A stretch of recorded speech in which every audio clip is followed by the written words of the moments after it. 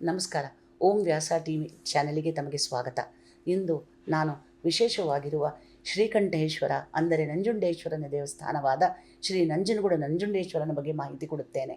ನಾನು ಯಾರೂ ಅಲ್ಲ, ಆದರೆ ಮೈಸೂರಿನಿಂದ ಸುಮಾರು 100 ಕಿಲೋಮೀಟರ್ ಒಳಗಡೆ ಇರುವಂಥ ನಂಜುಂಡೇಶ್ವರ ದೇವಸ್ಥಾನ ವಿಶೇಷವಾದ ಸ್ಥಳ. ಇಲ್ಲಿ ಆ ನಂಜುಂಡೇಶ್ವರನ ಒಂದು ಶಿವಲಿಂಗ ವಿಶೇಷವಾಗಿ ಪೂಜೆಗೊಳ್ಳಲಾಗುತ್ತದೆ. ಇಲ್ಲಿ ಹರ ನಮಃ ಪಾರ್ವತಿ ಪತೆಯೇ ಹರ ಹರ ಮಹಾದೇವ ಅಂತ ಹೇಳುತ್ತಾ ಆ ನಂಜುಂಡೇಶ್ವರ ಸ್ವಾಮಿಯಲ್ಲಿ ನಾವು ಅರಿಕೆ ಮಾಡಿಕೊಳ್ಳಬೇಕು. ನಂಜುಂಡೇಶ್ವರ ದೇವಸ್ಥಾನದಲ್ಲಿ ಪಕ್ಕದಲ್ಲಿಯೇ ನದಿ ಇದೆ. ಆ ನದಿಯಲ್ಲಿ ತಾವು ತೆಪ್ಪದಲ್ಲಿ ಹೋಗಬಹುದು ಮತ್ತು ತಾವು ತುಂಬ ಸುಂದರವಾಗಿರುವ ಮೀನುಗಳನ್ನು ಕಾಣಬಹುದು. ನಂಜುಂಡೇಶ್ವರನ ದರ್ಶನ ಮಹಾ ವಿಶೇಷಕರವಾಗಿರುತ್ತದೆ. ನಂಜನ್ನು ನುಂಗಿದ ನಂಜುಂಡ ಎಂದೇ ಹೆಸರು, ಶ್ರೀಕಂಠೇಶ್ವರ ಎಂದು ಹೆಸರು. ಎಲ್ಲ ಆ ಶಿವನಿಗೆ ಅರ್ಪಿತ. ಆ ಶಿವ ಬಹಳ ವಿಶೇಷವಾಗಿ ನಮಗೆ ಸಹಾಯವನ್ನು ಮಾಡುತ್ತಾನೆ. ನಾವು ಮಾಡಿರುವ ಎಲ್ಲ ಪಾಪಕರ್ಮಗಳನ್ನು ನಾಶ ಮಾಡುತ್ತಾನೆ. ನಂಜನಗೂಡನ್ನು ನೋಡಿಕೊಂಡು ಬಂದರೆ ಅಲ್ಲಿ ನಿಮಗೆ ಫಲಹಾರ ಕೊಡುವ ಒಂದು ಮಂದಿರವಿದೆ.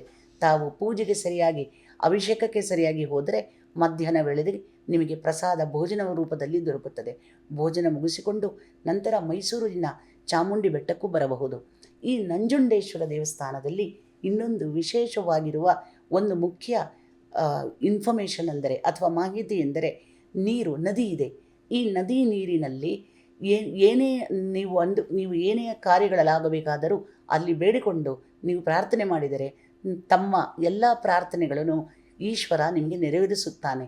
ಇಲ್ಲಿ ನೆರವೇರಿಸುವಂಥ ಮುಖ್ಯವಾದ ಕಾರಣ ಅಂದರೆ ಟಿಪ್ಪು ಸುಲ್ತಾನ್ ಎಂಬ ಓರ್ವ ಮಹಾರಾಜ, ಈತ ಮೈಸೂರಿನಲ್ಲಿ ರಾಜ್ಯವಾಳುತ್ತಿರುತ್ತಾನೆ.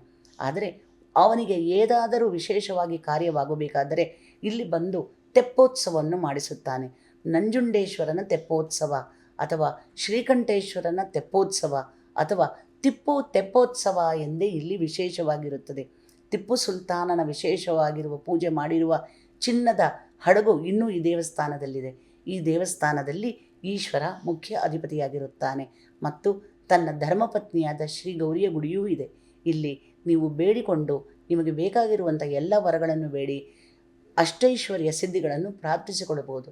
ನಂಜುಂಡೇಶ್ವರ ಶ್ರೀಕಂಠೇಶ್ವರ ಎಂದರೆ ಆನಂದ, ನಂಜುಂಡೇಶ್ವರ ಎಂದರೆ ಪರಮಾನಂದ. ನೀವು ಅಂದುಕೊಂಡ ಎಲ್ಲ ಕಾರ್ಯಗಳನ್ನು ನೆರವೇರಲು ನಂಜುಂಡೇಶ್ವರ ದೇವಸ್ಥಾನಕ್ಕೆ ತೆರಳಬಹುದು.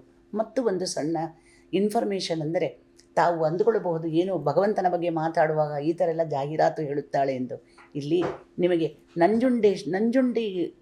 ನಂಜನಗೂಡಿನ ಹಲ್ಲು ಪುಡಿ ಅಂತೂ ಬಹಳ ಫೇಮಸ್ ಆಗುತ್ತದೆ. ಅಂದರೆ ತಾವು ಮಕ್ಕಳು ತಿನ್ನುತ್ತಾರೆ ಅಂಥ ರುಚಿಕರವಾದ ಹಲ್ಲು ಪುಡಿ ತಯಾರಿಕೆ ಶುರುವಾಗಿದ್ದು 1900 ಇಸ್ವಿನಲ್ಲೇ. ಕನಿಷ್ಠ ಪಕ್ಷ ಇವಾಗ ಸುಮಾರು 100 ದಶಕಗಳನ್ನು ದಾಟಿರುವ ನಂಜನಗೂಡು ಹಲ್ಲು ಪುಡಿ ಕೂಡ ಇಲ್ಲಿ ಫೇಮಸ್ ಆಗಿ ಸಿಗುತ್ತದೆ. ನಮಸ್ಕಾರ.